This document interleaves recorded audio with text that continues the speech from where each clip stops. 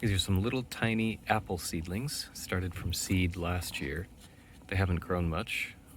They're probably partly stunted because they're in this pot here.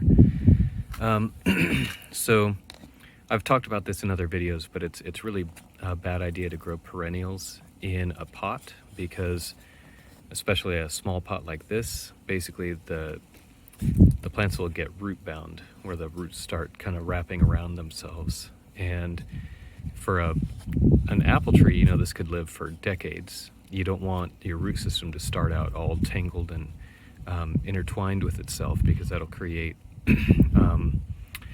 problems down the road. And so your roots will basically strangle themselves as they grow. And so not the best idea to grow in pots. An alternative that I've been experimenting with a little bit is the use of nursery bags, these little breathable bags that you basically just kind of turn them, you know, you just open it up, you put some soil in there, and it turns it into a little bag. It's like a pot, but it's more breathable. The roots can poke out through the side of the bag. It has a root pruning effect, so as roots start to poke out of the bag, they'll prune themselves back so that you won't get a big mass of tangled roots. There's pros and cons, as far as I can tell, to using these nursery bags. But this is a set of apple seeds that I planted just a few weeks back, so they're all in these little nursery bags here. Some of them have germinated. We've got one germinated here, another one germinated here. And so a couple of the benefits are that these nursery bags are extremely inexpensive. So I'll show you a package of nursery bags that I got. They literally cost 2.5 cents each. Like I said before, they're breathable, so you know, your roots are going to get plenty of oxygen, and also they're porous, so the roots can get through, and you're not going to get your roots all tangled up. There's a couple of disadvantages, though. They're kind of flimsy. They require more work to set up. You can see the flimsiness is, you know, kind of produces this kind of eyesore effect where you got all these bags that are just kind of all situated in these awkward ways, and you know, you kind of have to open them back up so that the seedlings can get sunlight and all this stuff. So it's, you know, they're not super attractive. It's not like a nice set of plant pots all lined up.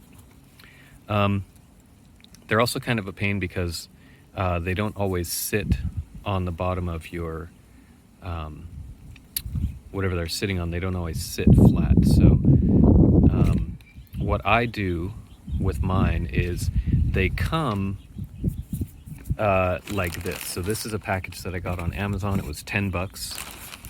It came with 4 different sizes, so 16 centimeters by 20 centimeters, 14 by 16, 10 by 12, and 8 by 10. So there's 100 of each size, so there's 400 of these total, and it was $10, so that comes out to 2.5 cents each. By contrast, these pots that I got were 60 cents each. Is that right? No, sorry, they were 15 cents each. 15 cents each. So I could literally buy, 6 of these for every one of these that I purchased. And that's cheap, by the way. 15 cents for a pot like this is pretty cheap. Anyway, so they come flat like this, and then what I do is I take them and I flip them inside out, so that you can see it has a seam running along the outside here. I flip it inside out so that the seam is actually on the inside now. And what that does is it gives a bottom to the bag that's a little bit nicer. It'll sit on the ground or on the floor of whatever they're sitting on a little bit nicer if you flip them inside out. If you don't flip them inside out, you have a seam running along the bottom, and it makes it sit kind of awkward. So that's kind of annoying.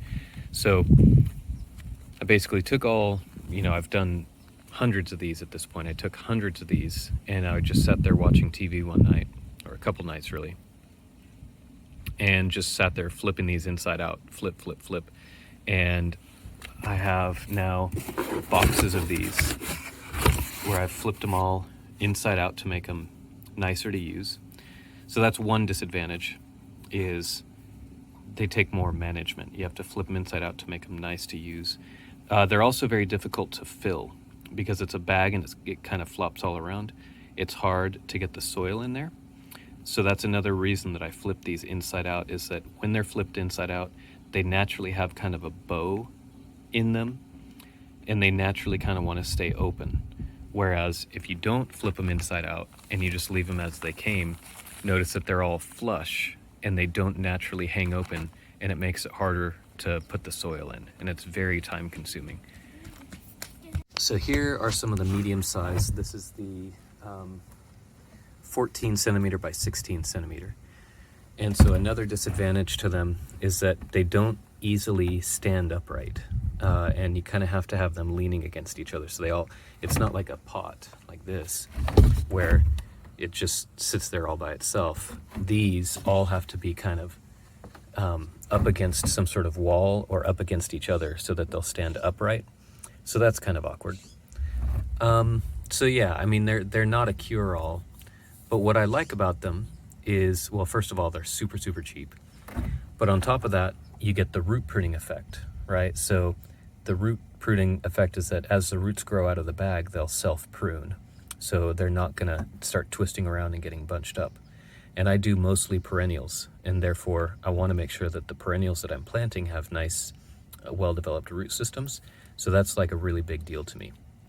But it's even better than that because I can do one per bag. The flip side to that would be, if you did like an air prune bed, you can look up air prune beds on YouTube, or you can look it up on my channel. An air prune bed is where you can plant seeds super densely, and then the roots grow down and they self-prune. So you can plant like thousands of plants in one air prune bed, and then you can just dig them all up during fall and winter, and then you can transplant them somewhere else. Well, with these, you're not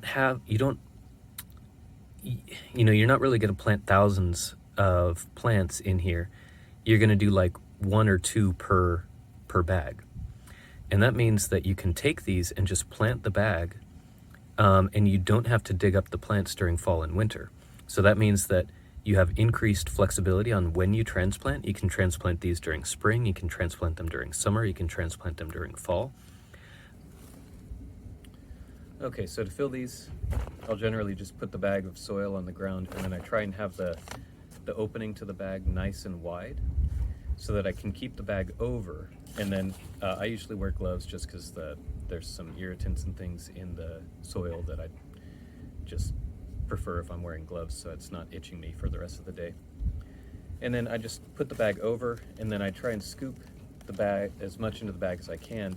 And this is kind of what I was referring to earlier, that they're kind of awkward. Once they get weight in them, they start to close off. You can see how it's kind of closed off like this. And so that's why I like to keep it over the bag, is that a lot of the soil is just going to fall back into the bag of soil, and it won't actually go into the grow bag. So I just try and keep the mouth of the bag as open as possible, keep it over the bag of soil so that I can just shovel in as much as I can, and then kind of let the soil settle, and then I put it in with the other bags. Again, you kind of have to keep them together so that they don't fall over. So this is the smallest size. This is the 8 centimeter by 10 centimeter size. As you can see, turned inside out. And you can see again that when you turn it inside out, it naturally wants to stay open.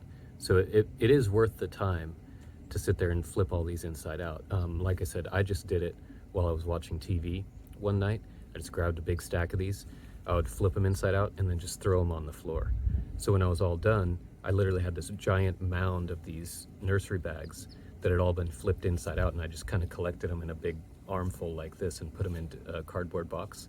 And so it was pretty painless, you know, since I was just sitting there watching TV anyway. It didn't hurt me to just flip these inside out while I was there.